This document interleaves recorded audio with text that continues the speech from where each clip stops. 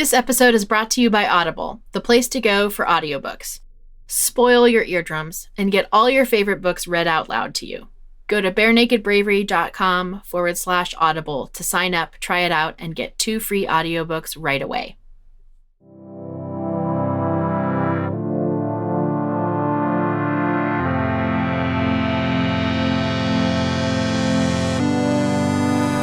You're listening to Bare Naked Bravery, a weekly podcast hosted by me, Emily Ann Peterson.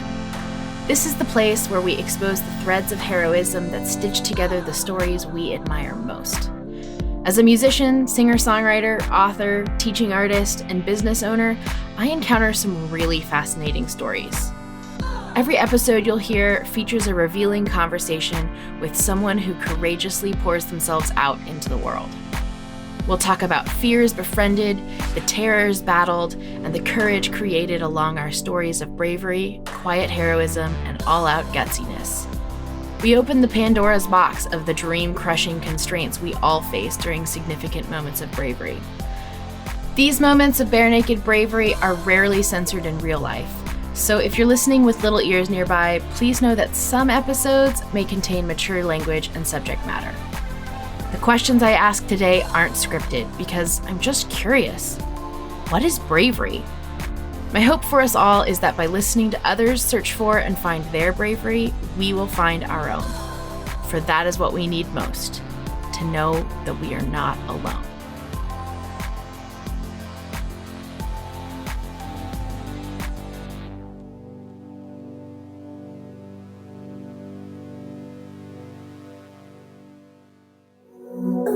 The best way you can support the show is to share it with a friend or two. Send them an email, text, or tweet.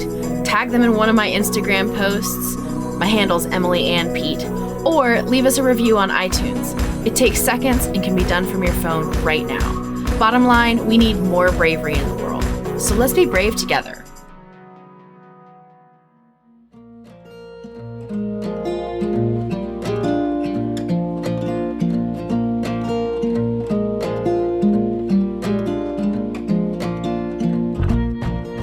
In today's episode of Bare Naked Bravery, we talk with Naomi Wachira, an artist of formidable talent and heart.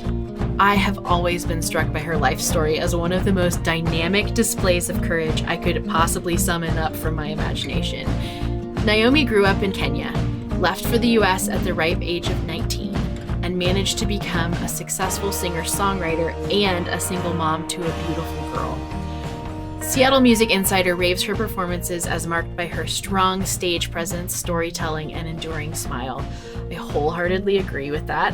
Naomi's musical voice is a melding of rich sources from her childhood in Kenya, her Northwest home, and American inspirations like Tracy Chapman and South African activist Miriam Makeba. Her music and songwriting brings together harmonies that speak across continents and cultures. And today we get to talk with her while she's in the midst of recording her sophomore album, Song of Lament. We also get to talk about maintaining your innocence, calling back to yourself, citizenship, grief, songwriting, motherhood, and creative solutions for getting up when all you want to do is give up.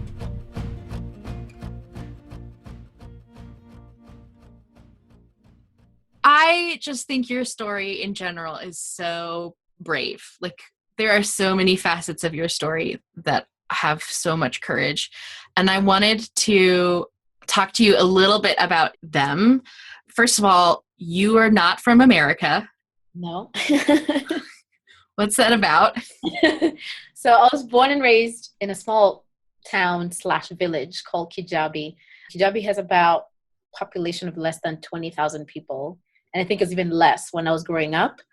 And it was this very idyllic kind of place you'd want to grow. Like, they never sold alcohol or cigarettes because it was a very holy place. And that's where I was born and raised. And I lived there up until I was 19 years old. And my parents gave me the option of either going to college in Kenya or the US. And I wanted to be, adventurous. And why? I think back then, this is like back in 96. And I think back then, like, coming to America was like the thing to do. And this is like before terrorism happened. And so I figured, why not? It's the promised land. And I'm going to go give it a shot and see if I can experience what everybody else experiences when they go to America.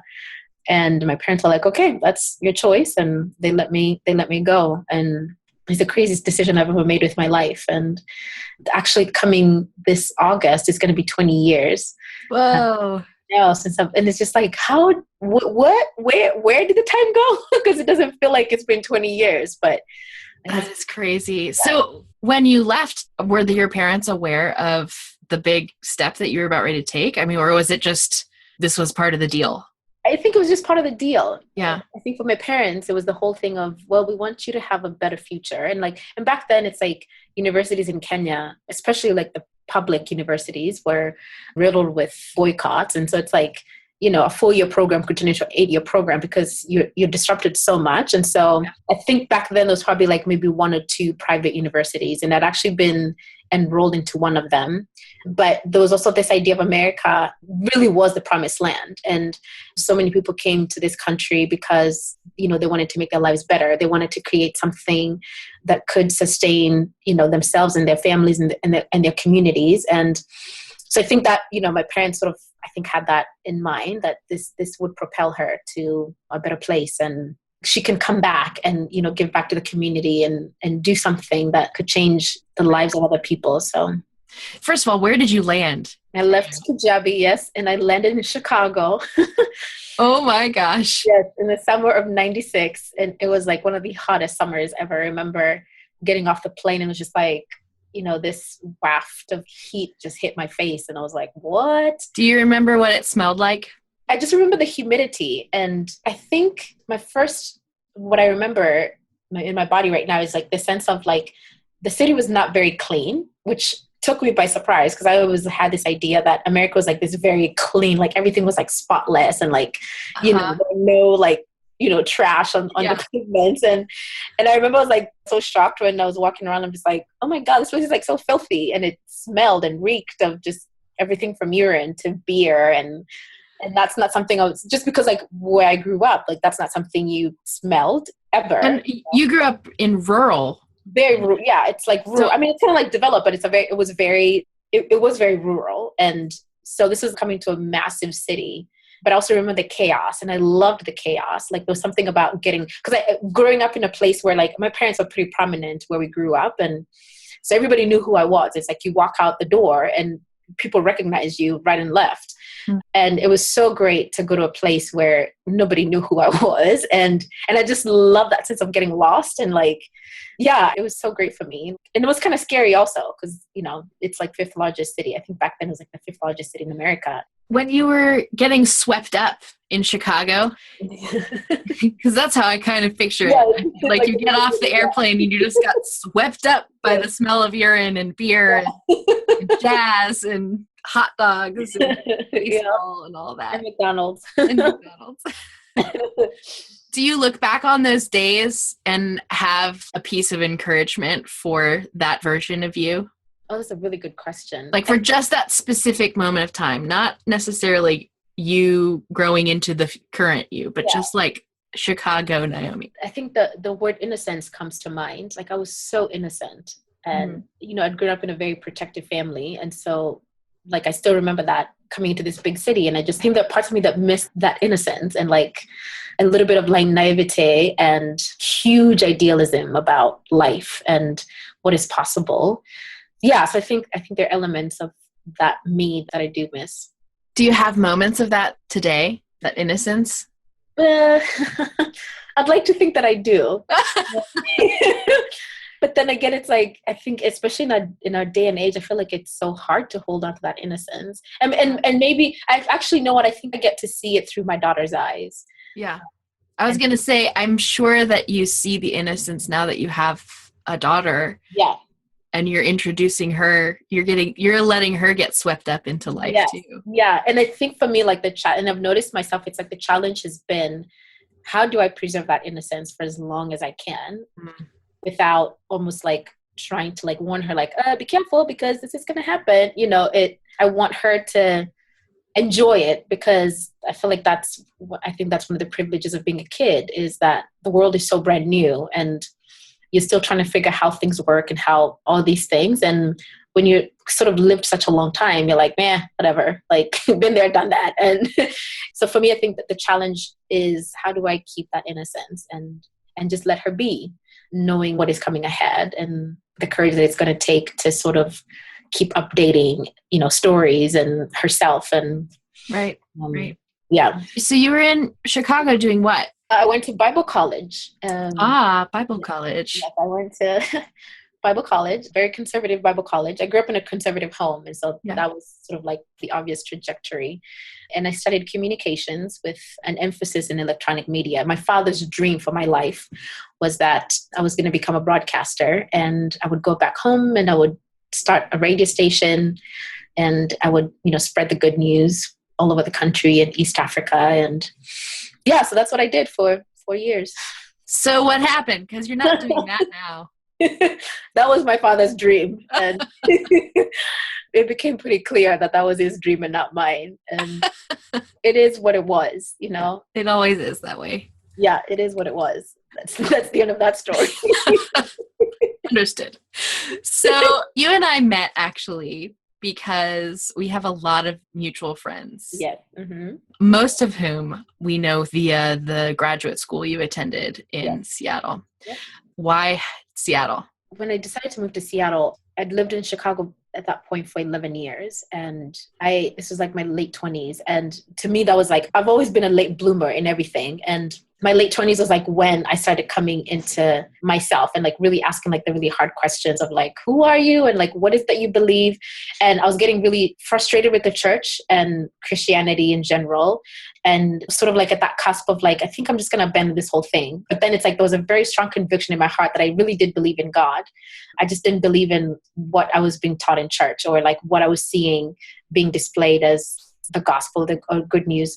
Was this an internal struggle or were you externally struggling with this? Did your family know about this? Yeah, my family knew, and that sort of like blew up in my face because, my dad was a pastor, and so to kind of say like, yeah, I'm kind of doubting my faith, like they look at you like, are you crazy? Like, and especially coming from Africa, like those are things you don't, God is like so esteemed and almost fragile that it's like you can't question him or you can't push back. And so for me, the fact that I was having these doubts and I've always been like that. Like I still remember being as a kid, like having these ideas of God, and like my parents would look at me, they're like, that's not the norm. This is the box you fit in, and this is where you need to sort of play. And so I sort of like shoved that really far down, but then it bubbled up in my late 20s. And as it does. Yeah. So my best friend was at that point attending the Seattle school, and I was sort of sharing like, this is what's happening to me, and I feel completely lost and I don't know what I'm doing with my life. And I think it was the first time that I'd really become alive to myself.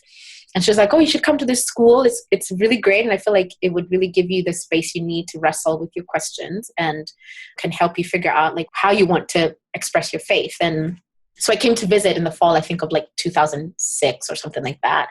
And first of all, fell in love with Seattle. Like I remember I came in it was like in the fall afternoon, and it just rained, but the sun had come out and like the fall leaves everywhere. And I was like, oh my God, like, and Mount Rainier, and it was just like the water. And I was like, I'm in heaven. Like, I know Seattleites, we tread lightly on how much we love it out here because it's kind of like we don't want other people to know. I know, oh my God, it was just like secret. Heaven. Yeah, it was it's so great. It was heaven. And coming from the concrete jungle, this was so different, like mountains and water and trees. And I just fell in love immediately. And I was like, I have to come to this school. And I applied, and thank God I was accepted. And so I came in the following fall.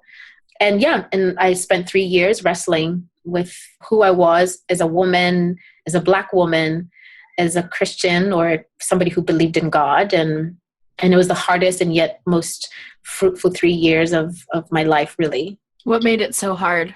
Because the whole thing of like leaving what you've always known, separating yourself and embarking on this whole new journey of discovering like, what does faith for myself look like? And there was a part of it that felt like I was betraying where I came from, betraying my parents. And my parents are incredible people.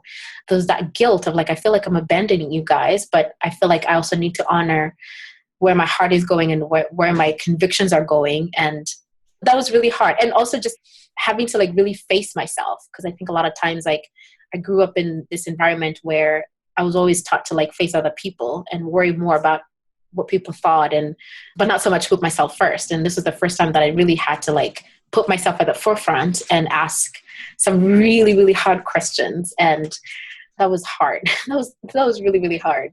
During that season, can you remember one of the darkest days that you faced? I think one of the classes that I took, and you had to write a family of origin paper. And I literally had to sort of write everything about how I related to my mother and my father, and to be really honest about how I felt relating to them. And I literally had a breakdown because what did that look like?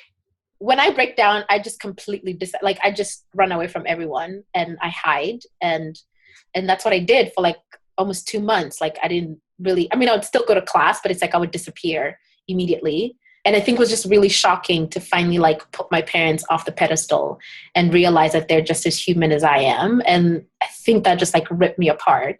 So yeah, so I fell apart for like, about 2 months, and then kind of slowly started to like rebuild myself from these ashes of everything that I knew or thought I knew had collapsed. And what was I going to do? Like, how am I going to like rebuild my life and move on? And yeah, and that was hard. And I still feel like I'm still doing that. Like I'm still rebuilding from those issues. How do you find those answers? I mean, I've been there too, where you're standing there amidst all of the pieces of the thing that you thought you were building. Yeah. Mm-hmm. And you're looking at them on the ground, and you like, how do you pick which piece to pick up first? Yeah. Yeah. I think part of it has been like learning how to trust in your own goodness. I feel like that's where everything begins and I think, and especially if, coming from a Christian background where it's like, you're always taught to believe that you came into this world full of sin and you're not good. And I think to sort of get away from that whole notion and just believe that I was created perfect. Like when I came to this world, clean slate, and really starting to sort of like hold on to I was born as a good person, and then got corrupted as I went on with my life. And so it was almost like a remembering my original version, what I was in the beginning, and trying to go back. And I think that's where you kind of have to begin is, okay, I'm good. And then what does that mean? And then it's like, then you start to pick things that keep affirming that goodness and leaving the old stories that tell you that you're bad or that you can't be loved or you're not enough or you're not beautiful, whatever. Like, so it's picking those things that keep affirming that the goodness in your heart and like the goodness of your creation, like just you being who you are. There's enough goodness in and of itself. So is that why you started doing more music? I started doing more music because it was always in my blood and I just could never get away from it. Even I just know with me, if I were to start from that place, like music would be, because I like you, I've been playing music my whole life. Yeah. And it would be one of the things that would remind me who I was. Yeah. Yeah. And it has.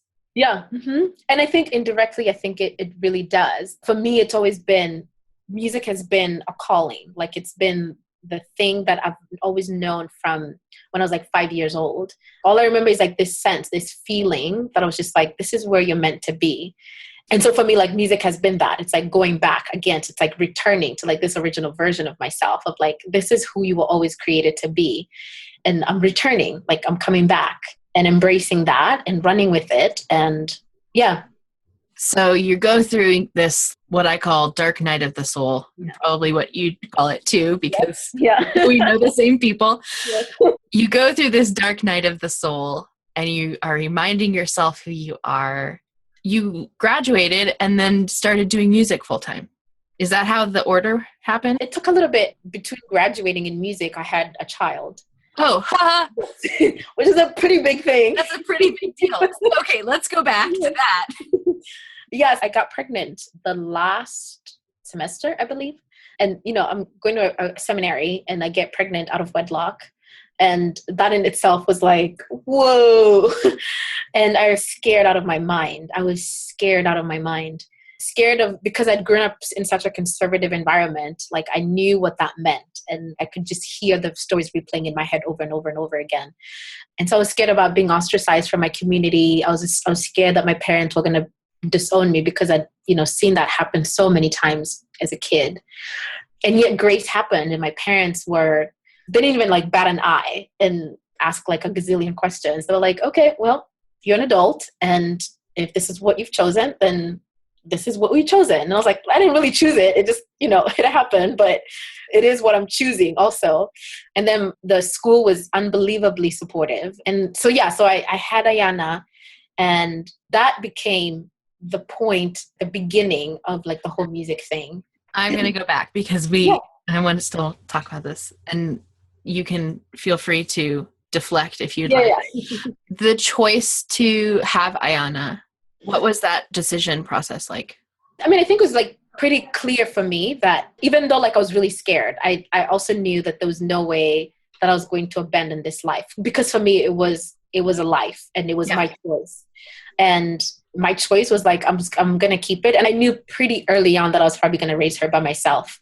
And that's something that I was like, okay, this is what happens. And this is what I'm going to do. And I'm going to raise this child. And I didn't really know what I was getting myself into, but I was just like, but at least I said yes.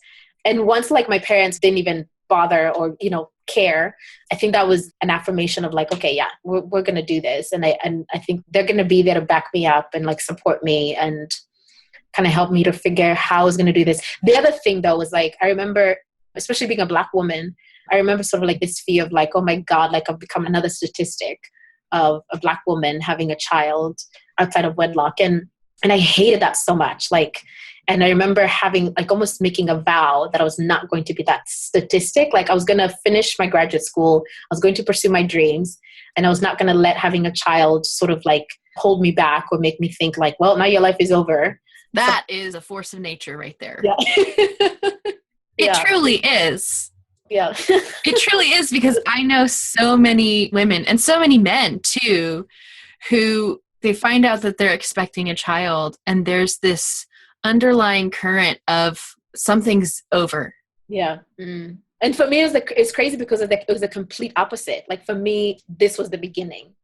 This was the charge. And I remember after Ayana was born, or like even when I was still pregnant, and I remember thinking that if I'm unhappy, this child is going to be unhappy, which meant then I have to pursue my happiness first.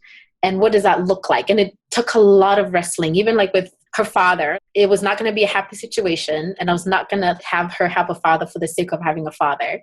That I would rather raise her by myself, but know that I'm completely content and I feel safe and I feel secure. But to me, that became the beginning of what is my life going to look like, because what I decide is going to affect her in huge ways, her future and like who she becomes. And she was innocent. I'm just like, she doesn't deserve to be punished with stress and bitterness and anger and all. I'm just like, no, that she doesn't deserve that. And so I worked really hard to sort of get myself in that right place of like, I'm happy and I'm content and I want to share this with her. And I'm so glad that I did.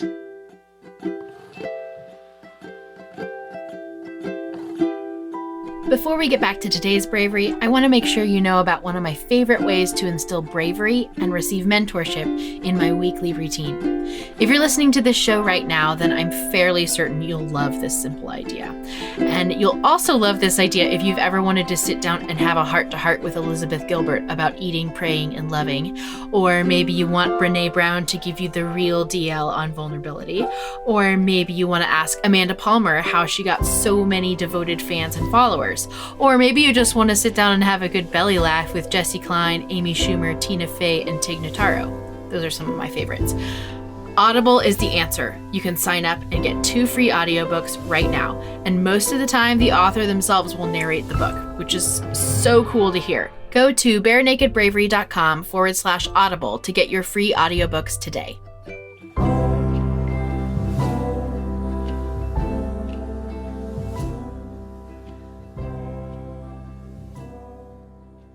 I'm so glad too. I mean, as a result, now we get to know this Naomi. Yeah, absolutely. And I feel more myself than I think I have felt in God knows how long, And it's still a journey. I still feel like I'm shedding layers and updating old stories and trying to bring in what feels, again, going back to like what affirms my goodness and trying to like pick those stories and bring them back to myself. And this whole idea of like reclaiming, lately I've been doing this called like calling my spirit back from places where I've abandoned it or left it or with other people that don't deserve to hold it. And describe that. If I recall a moment in my childhood that something traumatic happened and I try to like visualize myself going back to that moment.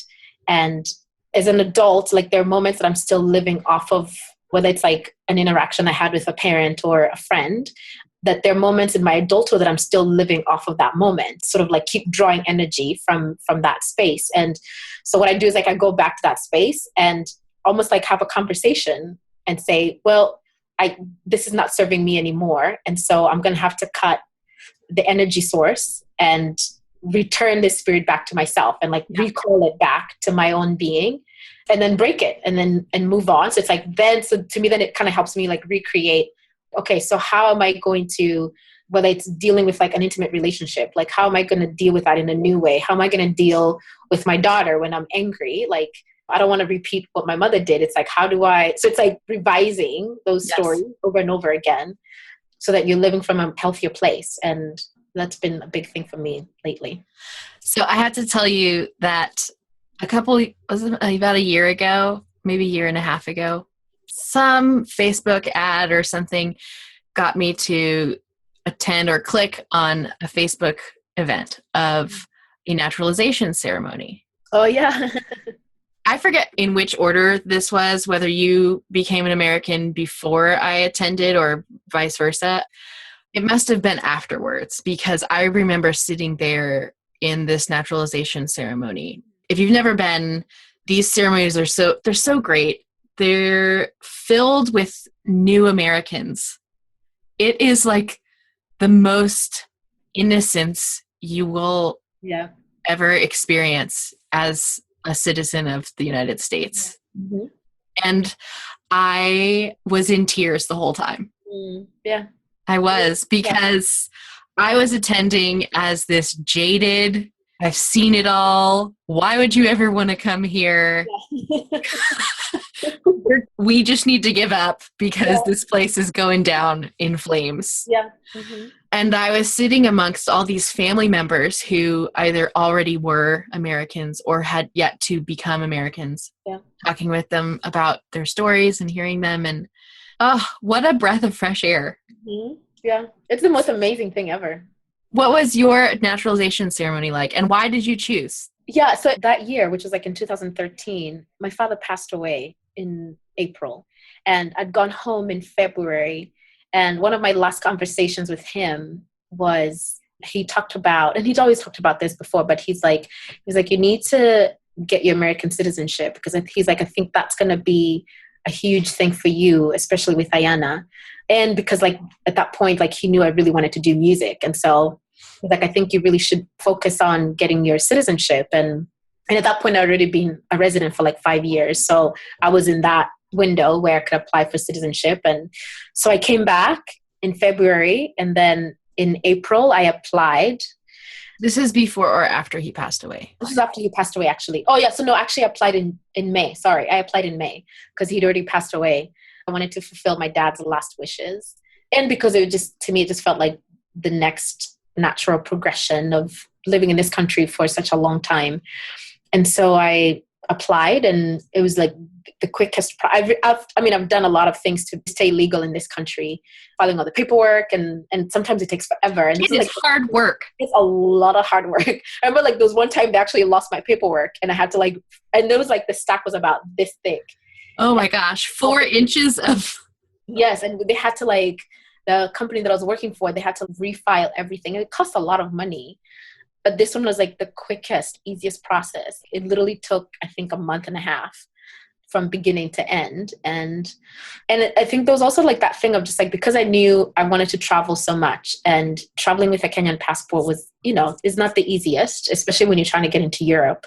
And so for me, it was just like, this is going to be a great way for me to see the world and to make my music accessible. And like I can kind of go anywhere in the world, and not anywhere, but most places, and will not have a hard time getting through or whatever.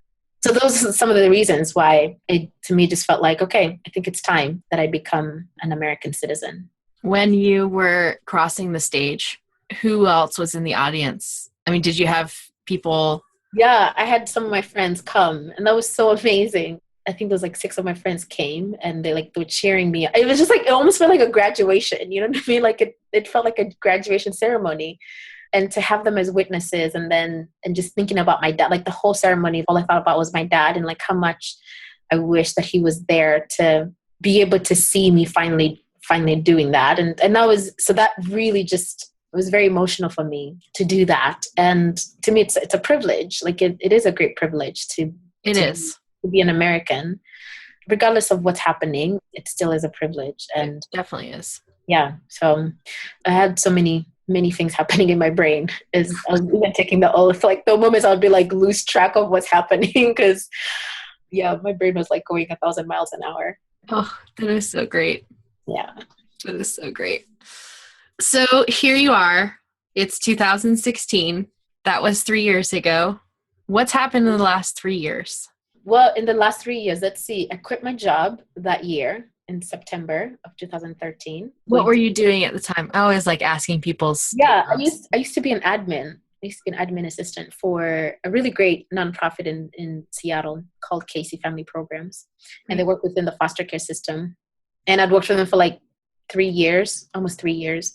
So yeah, September of that year, I quit my job and went into the studio and recorded my first album, full-length album with Damien Gerardo, and did my first campaign that was really successful. And I also sent my daughter to live with my mother in Kenya. Which is, I know you're about ready to talk about music stuff, but holy crap. Yeah, that was a crazy, crazy decision.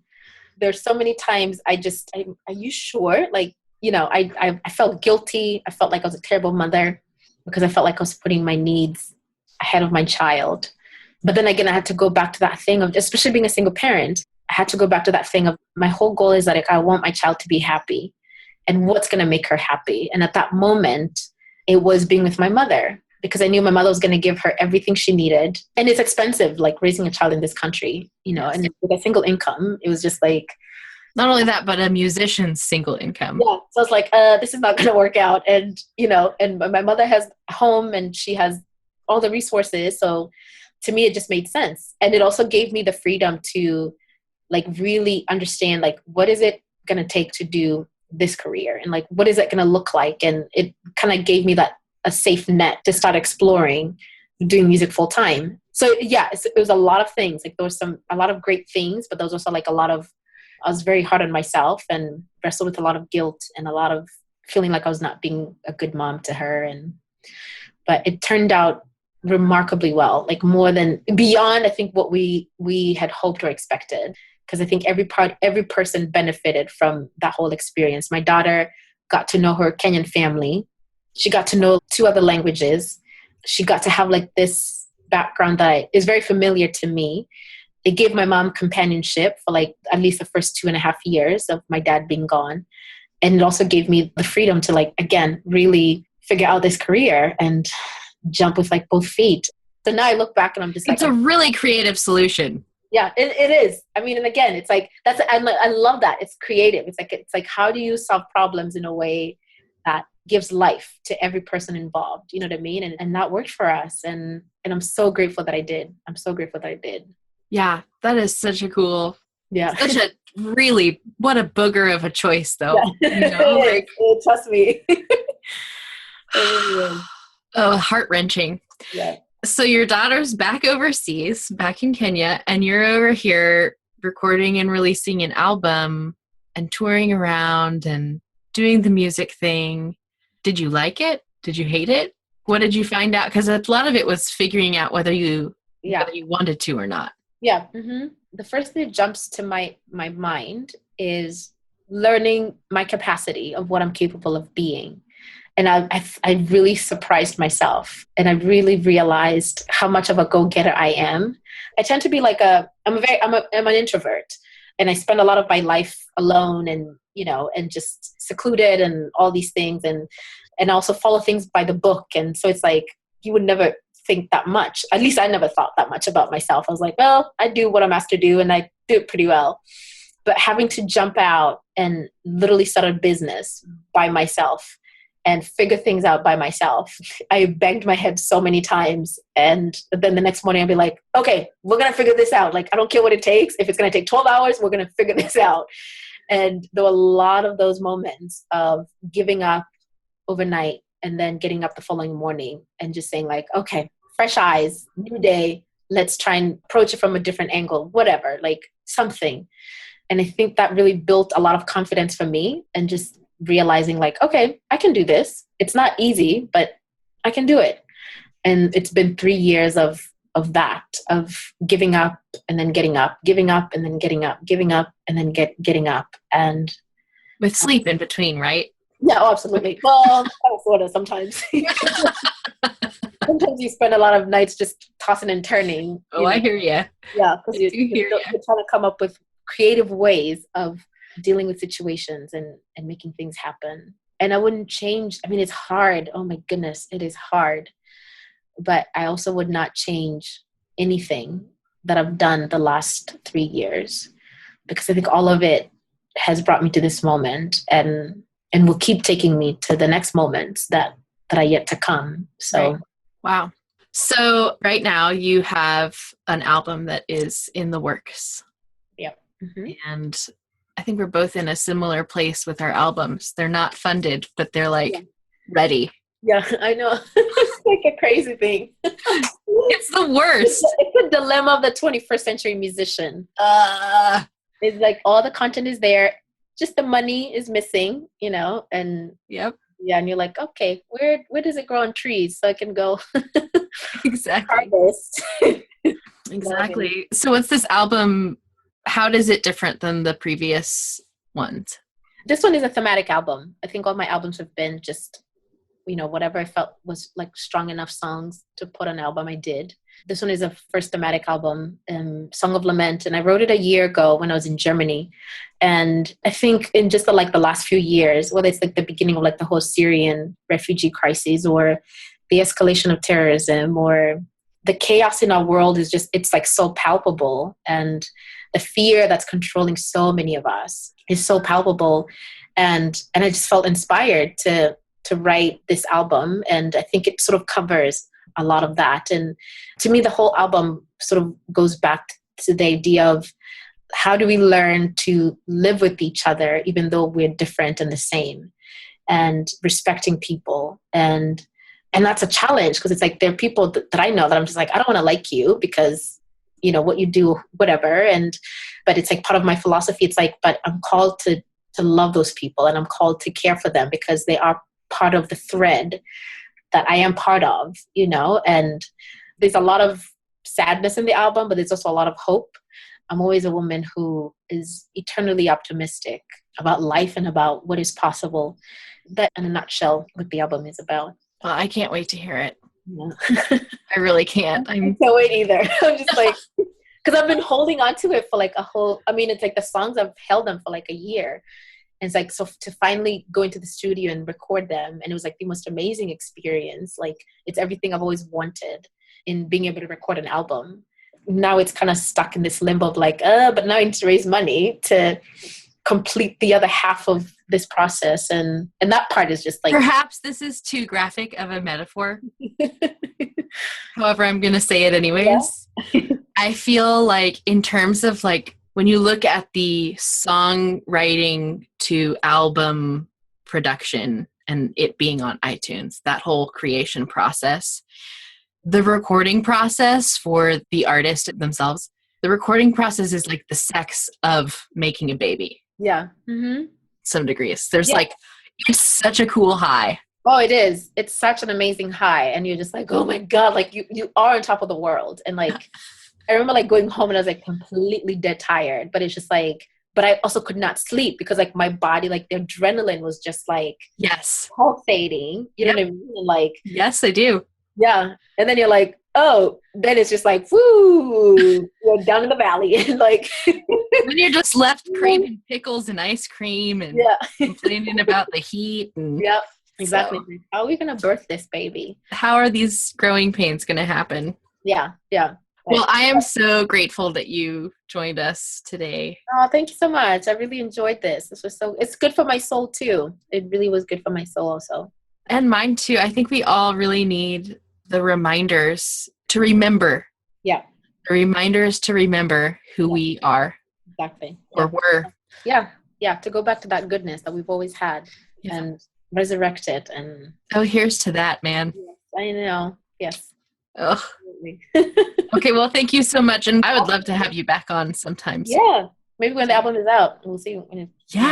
Let's do it. Let's do it. Awesome. Okay, we'll put it in pencil. All right, awesome. Put it in pencil. Thank you. I just love her so much. So today's brave takeaways come in the form of 3 questions. I want you to just mull them over for yourself this week and see what you come up with. The first question is this: what are your reminders to remember who you really are? Second is, how do you call yourself back to the present? And third question is, how often do you allow yourself to give up and then get back up? If you're game to share your answers, do it.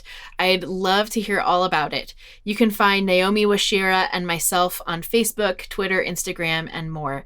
Go ahead and tag us so we can cheer you on and see what you're up to.